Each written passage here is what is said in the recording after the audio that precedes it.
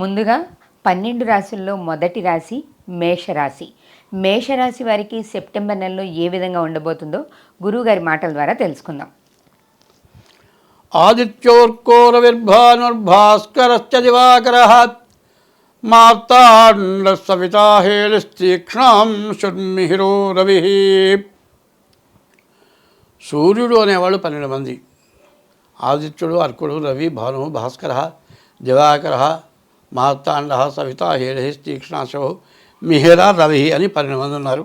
ఈ 12 మంది సూర్యుల్లో ఇప్పుడు ఉన్నటువంటి సూర్యుడి వల్ల మనకు అన్ని బాధలు పోవాలి అంటే ఈ నెలలో విపరీతమైన కురిసిన వర్షాలు తగ్గినాయని నమ్మద్దు. ఎండ మాత్రం బాగా కాయాలి. ఎందుకు అంటే బాగా నీళ్లు పీల్చుకొని నేల దాదాపు ఎంత లోతు నీళ్లు పీల్చుకుందో తెలియదు. ఈ నేల గోడ గనక తడిసిపోతే అండలు విరుచుకొని ఎట్లా పడ్డదో అండలు విరుచుకొని లోపలికి పోయి భూకంపాలు ఇల్లు పడిపోవటం కూడా జరిగే అవకాశం ఉంది. సూర్యుడు వచ్చాడు కదా, ఎండ వచ్చింది కదా కాదు, విపరీతంగా ఎండ కాస్తుంది, విపరీతంగా వానలు కురుస్తున్నాయి కాదు. ఈ విపరీతమైన వర్షాలకి విపరీతమైన ఎండ కూడా అవసరమే. ఈ విపరీతమైన వర్షాలు, విపరీతమైన ఎండల నుంచి మనం తప్పించుకోవాలి అంటే సూర్యకిరణాలు లేకపోతే రకరకాలైన సూక్ష్మజీవులు తయారైనవి, రకరకాలైన వ్యాధులు రావడానికి అవకాశం ఉంది. ఈ సూర్యకిరణాలు సరిగ్గా రావాలా అక్కర్లేదా? రావాలి అంటే ఈ నెలలో వినాయకుడిని బాగా పూజించాల్సిందే తప్పదు. ముందుగా మనం ఈ నెలలో మేషరాశి, సెప్టెంబర్ నెల 1వ రాశి మేషరాశి ఫలితాలు చెప్పుకుందాం. చెప్పాలి అంటే మేషం దగ్గర నుంచి మరి మేషం, వృషభం, మిథునం, కర్కాటకం, సింహం, కన్య 6 రాశుల వరకు ఏ రాశి కూడా సరిగ్గా లేదు. ఎందుకంటే ఇవాళ మొదలుపెట్టి ఇక్కడి నుంచి ప్రతిదీ ఇట్లాగే చెబుతున్నావా, నీకు డబ్బులు వస్తాయని చెబుతున్నావా అని అడుగుతారని ముందే చెబుతున్నా. మరి కన్య వరకు పూర్తిగా బాగాలేదు. మరి దాని నుంచి మనం తప్పించుకోవాలంటే దైవబలం కావాలి. దైవబలం కావాలంటే ముందు డేట్ ఆఫ్ బర్త్ ద్వారా జాతకం చూపించుకోవాలి. డేట్ ఆఫ్ బర్త్ లేకపోతే కనీసం హస్త సాముద్రిక ద్వారానైనా సరే జాతకం చూపించుకోవాలి. ఈ జాతకాన్ని పరిహారాలు చేసుకోవాలి. మరి మనకు దోషాలు పోవాలి అంటే మేషరాశికి కుజుడు అధిపతి. కుజుడు భూమికి సంబంధించిన వాడు. భూమి పూజ చేయాలి. వినాయకుడు పూజ చేస్తే భూమి పూజ చేసినట్లే. వినాయకుడు పూజ చేయాలి. తర్వాత ఈ నెలలో ఈ మేషరాశికి వివాహం కావడానికి బాగా అవకాశం ఉంది. వివాహం ఖచ్చితంగా అవుతుంది. అది కూడా కాకుండా డబ్బులు ఎక్కడి నుంచన్నా రావాల్సిన డబ్బులు అయితే వస్తాయి. ధనమెచ్చిన మదమెచ్చును, మదమెచ్చిన దుర్గుణంబు మానక హెచ్చునని.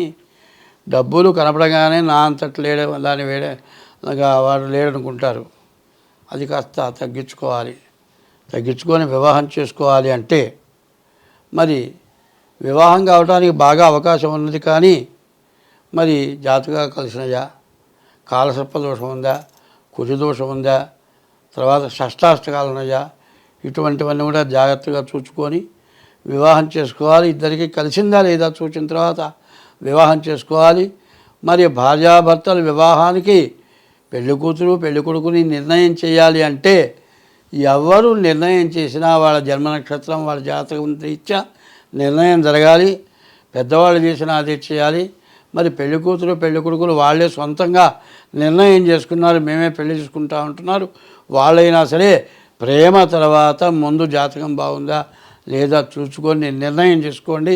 చాలామంది ఏమంటే మేము ప్రేమించుకున్నాం, మా జాతకం చూసుకోండి, చూడండి పెళ్లి చేసుకుంటామని ఇప్పటికి 25-30 మంది నన్ను అడిగారు. మరి మీరు ప్రేమించుకుంటున్నారు కదా, నేను వద్దంట మానుకుంటారా అంటే ఎట్లా మానుకుంటావని మేము చేసుకుండేది. నువ్వు చేసుకునేప్పుడు నీ జాతకం చూడటం ఎందుకు, జాతకం చూసి పనికిరాదని చెప్పడం ఎందుకు, నువ్వు పెళ్లి చేసుకోవడం ఎందుకు, నాకెంత శోష ఎందుకు, వద్దులేయా. మీరు ప్రేమించుకున్న తర్వాత మీరు ఎవరి మాట అనేది మీ ఇష్టం వచ్చినట్టు మీరు చేసుకోండి. ప్రేమ పక్షులం మనం, ఎవరేమన్నా ఇక వినమని మీ ఇష్టం వచ్చినట్లు ఎగరని చెప్పాను. కాబట్టి పెళ్లి చేసుకునేటువంటి వాళ్ళు పెద్దవాళ్ళ మాట వింటాం, డేట్ ఆఫ్ బర్త్ ద్వారా జాతకం ఉన్నదా లేదా చూసుకొని వివాహం చేసుకుంటే ఎంతైనా మంచిది. ఈ రాశి వాళ్ళు చాలా జాగ్రత్త పడాలి. ఈ వివాహ విషయంలో ఎక్కడైనా నష్టపడ్డారు అంటే మీ జీవితంలో ఇక మిమ్మల్ని బాగు చేసేవాడు ఎవడు ఇక దొరకడు. అది మాత్రం గుర్తుపెట్టుకోండి. కాబట్టి ఇదంతా మంచిగా చెప్పే మాట కొంచెం క్రోధంగా ఉంటుంది, కోపంగా ఉంటుంది. మరి వయసు వచ్చిన తర్వాత పెళ్లి మీద ఉన్న ధ్యాస ఇంకో చెప్పే మాట మీద ధ్యాస ఉండదు. అందరూ కాదు, నీ కూడా అట్టగానే ఉండొచ్చు. ఎందుకంటే కామక్రోధశ్చ లోభశ్చ దేహే తిష్టంతి తస్కరా జ్ఞానవిత్తాపహారీణ తస్మాత్ జాగ్రత్త జాగ్రత్త అని మరి ఆదిశంకరుల వారు చెప్పారు. ఆ యవ్వనం అట్లాంటిది, ఆ బుద్ధి ఆ విధంగా పడుతుంది, అంత కోపం వస్తుంది. వద్దన్న వాళ్ళని కడుదామా చంపుదామా అనంత కోపం వస్తుంది. కానీ ఓర్పు వహించి జాగ్రత్తగా చూసుకొని పెళ్లి చేసుకున్న వాళ్ళకి ఎటువంటి సమస్య రాదు. ఇంకా కాదండి, నాకు జాతక చక్రం లేదు, నాకు డేట్ ఆఫ్ బర్త్ లేదు అనేట్లయితే అటువంటి సంబంధం చేసుకోకూడదు. ఎందుకంటే వాళ్ళకి లేదు, నిజంగానే లేదండి, జాతకం ఎట్లా చూడాలి? మరి ఆడపిల్ల అన్నారనుకోండి, ఆయన క్రాఫ్ ఉంది, మీసాలనే గడ్డాలని అనుకోండి, మరి ఆయన చేసుకుంటామా? ఇప్పుడు ఆడ మగ తెలియదుగా. అట్లాగే డేట్ ఆఫ్ బర్త్ లేకుండా పెళ్లి చేసుకుంటామా? జాతకం చూడాలి కదా, జాతకం చూసే చేసుకోవాలి. అట్లా కుదరని పక్షంలో హస్త సాముద్రిక ద్వారా చేసుకోవాలి. తర్వాత ఆడమనిషికి కూడా జాతకం చూసే విధానాలు ఉన్నాయి. డేట్ ఆఫ్ బర్త్ కాదు, మనిషి నడిచే నడక, అరికాలను బట్టి చెప్పచ్చు, నెత్తిన ఉండే జుట్టు ద్వారా చెప్పచ్చు. మరి ఇవన్నీ కూడా చాలా ఉన్నాయి. వాటి ద్వారానైనా సరే జాతకం చూసుకొని పెళ్లి చేసుకుంటే మంచిది. ఎప్పుడు కూడా గృహస్థాశ్రమ ధర్మానికి మరి ఆడమనిషిని మించిన రత్నం ఇంకోటి లేదు. నవరత్నాల్లో 10వ రత్నం నారీరత్నం అన్నారు. అటువంటి నారీరత్నాన్ని ఏం చేస్తాం? బీరువాలోనో ఇనపెట్టెలో పెట్టి తాళం పెట్టుకుంటాం. అట్లాగే భార్యను ఏం చేస్తున్నాడు? ఇంట్లో కూర్చోబెట్టుకుంటున్నాడు. కాబట్టి నన్ను లోపల పెట్టి తాళం పెడతారా, జైల్లో పెడతారా అని అడగటం కాదు మీకు కావాల్సింది. మీరు ఉండాల్సిన విధంగా ఉండటం మంచిది.